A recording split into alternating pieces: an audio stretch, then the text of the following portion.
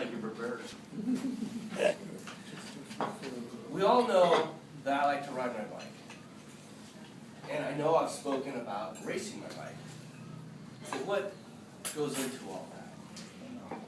I had the pleasure this last weekend of seeing one of my fellow Toastmasters out on the trail. She really does run. And she knows that I really do ride my bike. Yep. Because we saw each other. So I don't just go out arbitrarily and just go ride my bike. And then show up at a race on Saturday or Sunday and just give her hell. There's actually a lot of thought that goes into what I do and kind of how I do it. Back in November, December, maybe January, usually the calendar for the racing season comes out. And I take a look at that, and I actually plan, for the most part, my year. Because my wife says if it's not on the calendar, it doesn't exist. So that means, come January, I better start getting my stuff on the calendar so that she doesn't put something else on the calendar in front, and then we have issues. She's always right. Once I know what my schedule is, at that point, then we can set up my calendar for my training. Because again, I don't just go out and just ride my bike arbitrarily for training. When I started it, that's certainly all I did. I just went out. But if you want to be competitive in the age group, especially because I've moved up a level or two, I have to have a workout. I have to do interval workouts. I have to do different things that increase my ability to go fast and ride my bike for a long time. So I actually have a workout plan that I follow every day. I ride my bike I ride my bike 6 days a week. And every day there's a plan for the most part. Now this Saturday I'm going to race. On Sunday I'm going to go ride my mountain bike. This mountain bike racing is coming up, so you need to get prepared for that. So part of my preparation is, rather than go riding by myself, I call a bunch of my buddies. So we got 8 of us going to ride mountain bikes on Sunday. That is a lot more fun. But I'm talking about going to race on Saturday. So what does that really involve? So I've got my plan. I know I'm going to race. Now what? Well, glad you asked.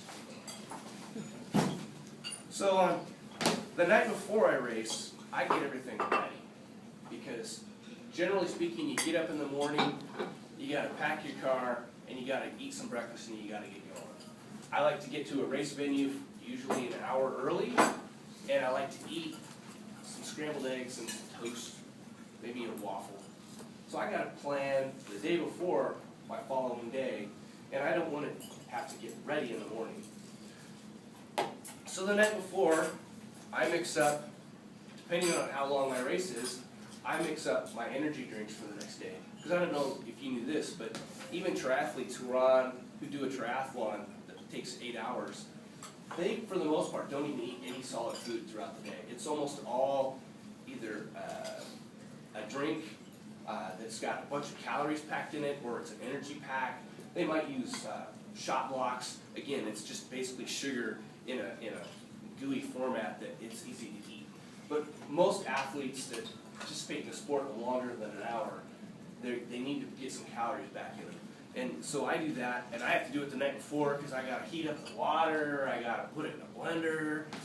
If it's going to be warm in the summer, I got to throw some electrolytes in it. So believe it or not, just getting your water and your hydration and your food for the next day takes preparation. Then, after my ride, I want to have my recovery drink. So I mix that up in here the night before, again, so I don't have to do it the next day. Then I got my little food bag. I know in this bag always is my food, what I'm going to have the next day. I usually put my sunglasses in here. I usually put my bike computer in this bag so that when I get to the race the next day, I know where to look to find that stuff. If I'm doing a mountain bike race, I got to get my Camelback ready. So instead of a water bottle, I'll wear this on my back. There's a hydration pack in here, and I can drink from a tube right from this. It's also got my a spare tire. It's got a pump. It's got what I need if I get a flat tire to do my thing. On a road race, I don't need to have all of the bag and little fanny pack on your on your seat, because in a bike race on a road, generally speaking, there's a car behind the pack, and they have spare tires. So you get out, you can really quickly change the tire. You don't have to do the tire change and change the tube on the side of the road, hopefully, in a road race. So I have a food bag. Also, I've got my gear bag. Gear bag's got all sorts of goodies. It's got helmets. So I went to a race one time, showed up without my gear bag somehow. So now, during race season, the gear bag's got two. That way I don't forget. I got 2 helmets usually. I certainly have 2 pairs of shoes for off-road, because I had a race one time where one of my pedals, or my cleats, at the bottom of my shoe came undone. I had an extra pair of shoes with me. I wasn't out of the race because of my shoe. I ran up, somebody ran into my truck and brought it to the pit, and I was able to continue on. So it pays to be prepared. You also have to make sure you have the right shoe. You got to make sure if you're on a road race, you got your road shoes. If you're in a mountain bike race, you got to have your mountain bike shoes. You might laugh, but I got my Get Dirty helmet, which is old and kind of nasty. But then I got my much newer, nicer road helmet, because I don't want to get all dirty. Overkill. So, Never. and then No. clothing. Holy moly, this is a whole other thing, right? So the night before I packed my bag, and I'm thinking, well, it's going to be 60 degrees, and it might rain, and it might not. So before I know it, I hate to be politically incorrect, but my wife says I pack like a woman. Because I throw everything in the world in my bag so that I'm prepared. I think I'm prepared. She thinks I pack like a woman. Because I got to have my short sleeve jersey. I got to have my long sleeve rainproof jersey just in case. Then, depending on the length of the race, I've got a skin suit, basically my skin sausage, that I pack myself into. Zip this sucker up. Karen, you love me in this. I did. I look good. You did look good. This I is- hardly recognized This you. is even better, because this is all in one. There is no, I don't have any pockets on the back of this, so generally speaking, I'll only wear this in a race that lasts an hour or less, because I don't have to have any food or anything in my back pockets. I will say I've worn that in mountain bike races where I can put my camelback on, trying to reduce the amount of stuff I'm carrying. So all these things go into a preparation. Just before I even got to the race venue, I've had to get myself all ready.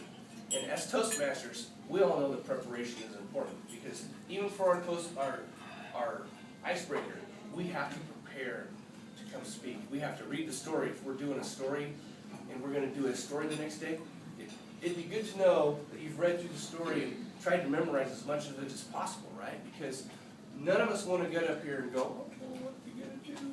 Because we didn't prepare. Preparation is the key to success, if you ask me.